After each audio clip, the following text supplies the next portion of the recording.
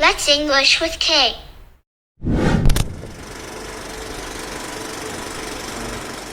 Mike Flannery, the agent of the Interurban Express Company, leaned over the desk in the company's office in Westcott and shook his fist.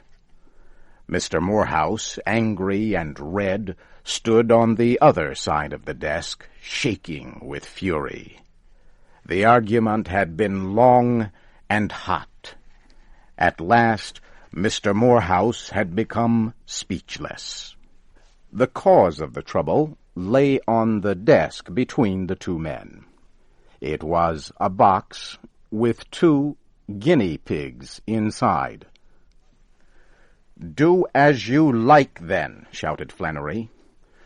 "Pay for them and take them, or don't pay for them and leave them here. Rules are rules, Mr. Morehouse, and Mike Flannery is not going to break them." "But you stupid idiot!" shouted Mr. Morehouse, madly shaking a thin book beneath the agent's nose. "Can't you read it here, in your own book of transportation rates? Pets, domestic, Franklin to Westcott, if correctly boxed, 25 cents each." He threw the book on the desk. "What more do you want? Aren't they pets? Aren't they domestic? Aren't they correctly boxed? What?" He turned and walked back and forth rapidly, with a furious look on his face.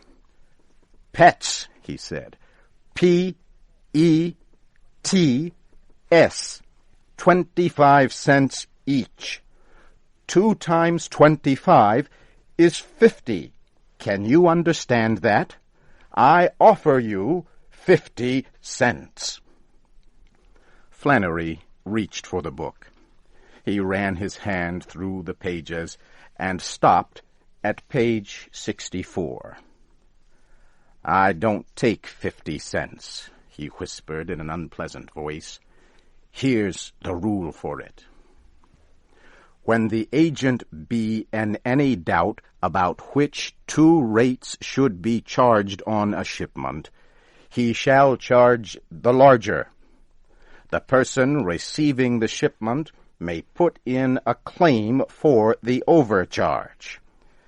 In this case, Mr. Morehouse, I be in doubt. Pets them animals may be, and domestic they may be, but pigs I'm sure they do be, and my rule says, plain as the nose on your face, pigs, Franklin to Westcott, 30 cents each."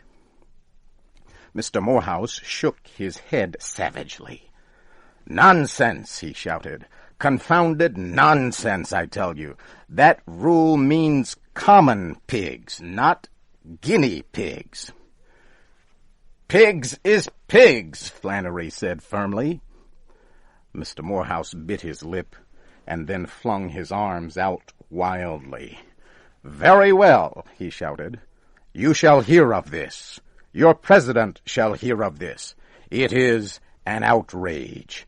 I have offered you 50 cents. You refuse it. Keep the pigs until you are ready to take the 50 cents.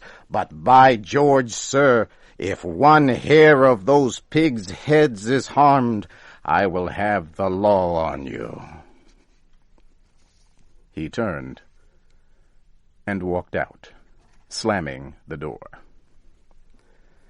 Flannery carefully lifted the box from the desk and put it in a corner. Mr. Morehouse quickly wrote a letter to the president of the Transportation Express Company. The president answered, informing Mr. Morehouse that all claims for overcharge should be sent to the Claims Department. Mr. Morehouse wrote to the Claims Department. 1 week later, he received an answer. The Claims Department said it had discussed the matter with the agent at Westcott. The agent said Mr. Morehouse had refused to accept the 2 guinea pigs shipped to him. Therefore, the department said, Mr. Morehouse had no claim against the company and should write to its tariff department. Mr. Morehouse wrote to the tariff department. He stated his case clearly. The head of the tariff department read Mr. Morehouse's letter. "Ha, guinea pigs," he said. "Probably starved to death by this time."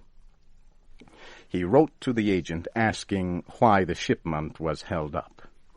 He also wanted to know if the guinea pigs were still in good health. Before answering, Agent Flannery wanted to make sure his report was up to date, so he went to the back of the office and looked into the cage.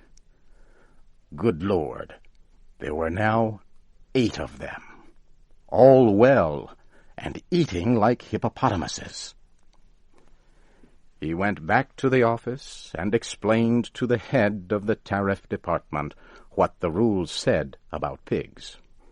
And as for the condition of the guinea pigs, said Flannery, they were all well.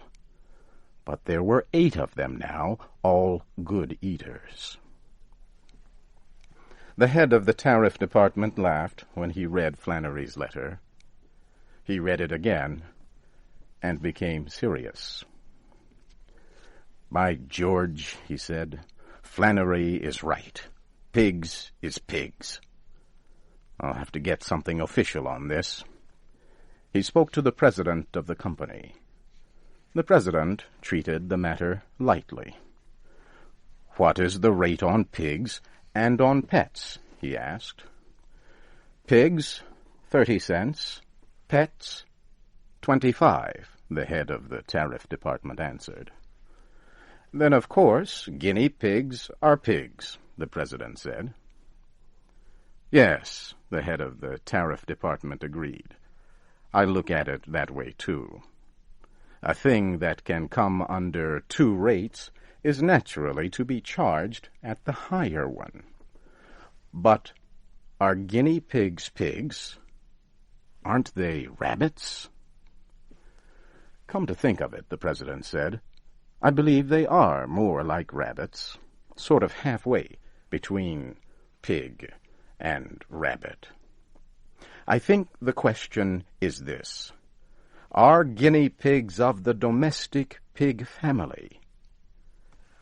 I'll ask Professor Gordon. He is an expert about such things." The president wrote to Professor Gordon. Unfortunately, the professor was in South America, collecting zoological samples. His wife forwarded the letter to him. The professor was in the high Andes Mountains. The letter took many months to reach him. In time, the president forgot the guinea pigs. The head of the tariff department forgot them. Mr. Morehouse forgot them. But Agent Flannery did not. The guinea pigs had increased to 32. He asked the head of the traffic department what he should do with them. "Don't sell the pigs," Agent Flannery was told. "They are not your property. Take care of them until the case is settled." The guinea pigs needed more room. Flannery made a large and airy room for them in the back of his office. Some months later, he discovered he now had 160 of them. He was going out of his mind. Not long after this, the president of the express company heard from Professor Gordon. It was a long and scholarly letter. It pointed out that the guinea pig was the Cavia aparea, while the common pig was the genus Sus of the family Suidae.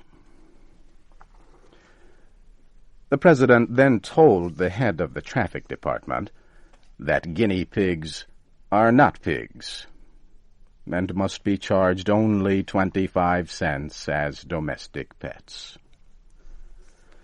The traffic department informed Agent Flannery that he should take the 160 guinea pigs to Mr. Morehouse and collect 25 cents for each of them.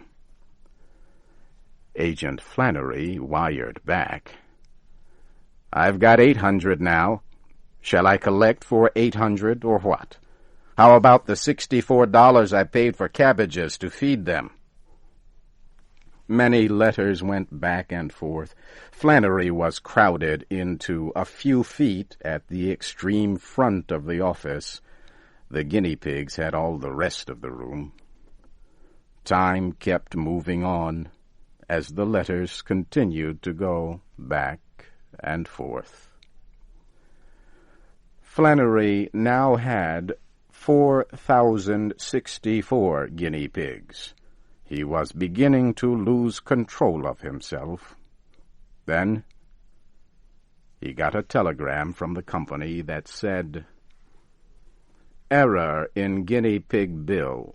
Collect for 2 guinea pigs, 50 cents. Flannery ran all the way to Mr. Morehouse's home, but Mr. Morehouse had moved. Flannery searched for him in town, but without success. He returned to the express office and found that 206 guinea pigs had entered the world since he left the office. At last he got an urgent telegram from the main office. "Send the pigs to the main office of the company at Franklin." Flannery did so. Soon came another telegram. "Stop sending pigs. Warehouse full." But he kept sending them. Agent Flannery finally got free of the guinea pigs.